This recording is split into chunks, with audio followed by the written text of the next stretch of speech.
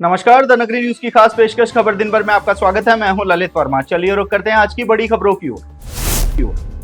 राजस्थान विधानसभा में बजट पर बहस के दौरान सियासी माहौल गर्मा गया। गोविंद सिंह डोटासरा ने प्रदेश में भ्रष्टाचार को लेकर सरकार पर तीखा हमला बोला। उन्होंने आरोप लगाया कि सीकर में एक आईएएस अधिकारी द्वारा कथित रूप से 2 करोड़ रुपए की मांग किए जाने से एक डॉक्टर मानसिक दबाव में आ गया और उसकी हार्ट अटैक से मौत हो गई। उन्होंने कहा है कि प्रदेश में भ्रष्टाचार चरम पर है। बिल पेश करते समय सदन में बीजेपी विधायकों की कम उपस्थिति को लेकर कांग्रेस ने हंगामा किया और डिवीजन की मांग की।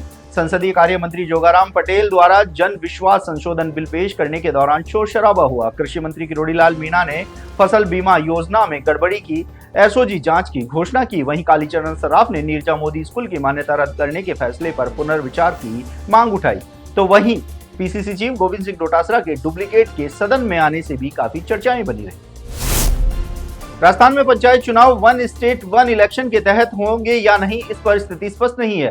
राज्य निर्वाचन आयोग द्वारा सरकार से इस संबंध में स्पष्टीकरण मांगा गया था, लेकिन अब तक जवाब नहीं मिला है। ऐसे में एक साथ चुनाव की संभावना कम होती दिख रही है। प्रदेश की 12 जिला परिषदों का कार्यकाल अभी शेष है। सुप्रीम कोर्ट ने 15 अप्रैल से पहले पंचायत निकाय चुनाव कराने के निर्देश दिए हैं। पंचायती राज अधिनियम की धारा 94 के अनुसार बोर्ड भंग कर के विशेष परिस्थितियों में ही संभव है। सूत्रों के अनुसार एएजी ने सरकार को बोर्ड भंग नहीं करने की सलाह दी है। जिन जिलों का कार्यकाल पूरा हो चुका है वहां चुनाव अप्रैल में कराए जाएंगे, जबकि शेष जिलों में कानूनी अड़चन के कारण समय पूर्व भंग करना मुश्किल माना जा रहा है।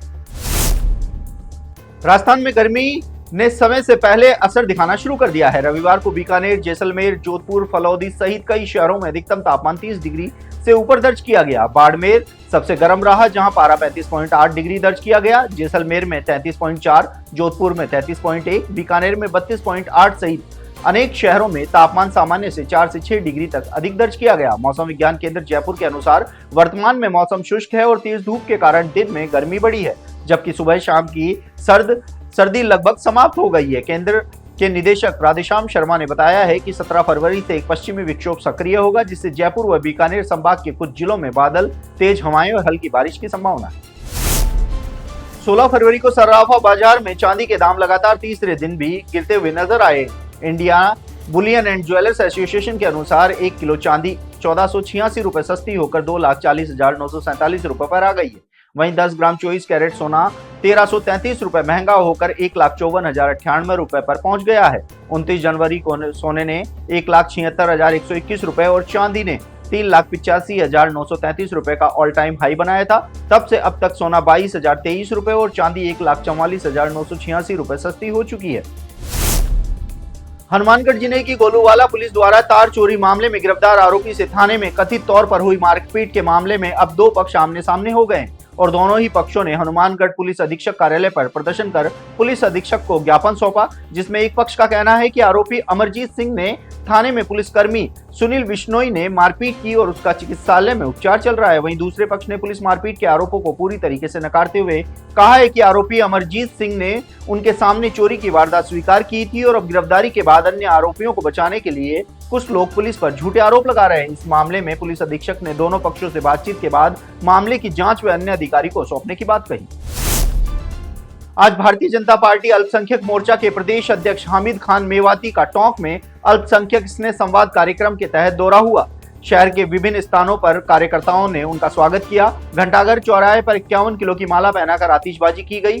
फूलबाग रोड स्थित सभा में जिला अध्यक्ष चंद्रवीर सिंह चौहान ने केंद्र व राज्य सरकार की योजनाओं को सर्व समाज हितैषी बताया। वहीं मेवाती ने विधायक सचिन पायलट पर टोंक के विकास की अनदेखी का आरोप लगाते हुए कहा है कि अल्पसंख्यक समुदाय की उपेक्षा बर्दाश्त नहीं की जाएगी।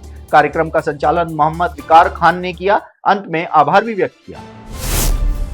रियाबड़ी उपखंड के ग्राम पादुकला में महाशिवरात्रि के अवसर पर जाट समाज की ओर से श्री सूरजपुरी महाराज मंदिर में आयोजित सामाजिक बैठक में समाज सुधार के लिए कई महत्वपूर्ण निर्णय लिए गए। सर्वसम्मति से विवाह, मायरा और मृत्यु भोज में बढ़ती फिजूल खर्ची पर रोक लगाते तथा छोटे बड़े परिवारों के साथ बीच बढ़ते मतभेद को समाप्त करने का संकल्प लिया गया। निर्णय अनुसार विवाह में अधिकतम 5 तोला सोने के लेन देन की सीमा तय की गई। बर्तन बांटने की प्रथा बंद करने, मायरा में सादगी अपनाने और मृत्यु भोज में कपड़ों के स्थान पर सीमित राशि देने पर सहमति बनी। वक्ताओं का कहना है कि फैसलों से आर्थिक संतुलन और सामाजिक समानता को बढ़ावा मिलेगा।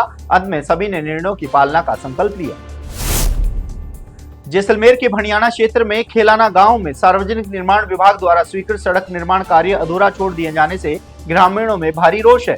खेलाना से हस्तिनापुर जाने वाली सड़क के डामरीकरण के आदेश करीब 2 वर्ष पूर्व जारी हुए थे, लेकिन विभाग व ठेकेदार ने केवल ग्रेवल डालकर काम अधूरा छोड़ दिया। खराब सड़क के कारण आए दिन हादसे हो रहे हैं और लोगों को आवागमन में परेशानी झेलनी पड़ रही है। ग्रामीणों ने आरोप लगाया है कि करोड़ों रुपए का बजट उठाकर खानापूर्ति की गई। उन्होंने चेतावनी दी है कि शीघ्र ही समाधान नहीं हुआ तो आंदोलन किया जाएगा। शीशवाली मांगरोल रोड स्थित गोविंद गौशाला में चल रही 7 दिवसीय श्रीमद् भागवत कथा का द्वितीय दिवस सोमवार को श्रद्धा और भक्ति के साथ संपन्न हुआ।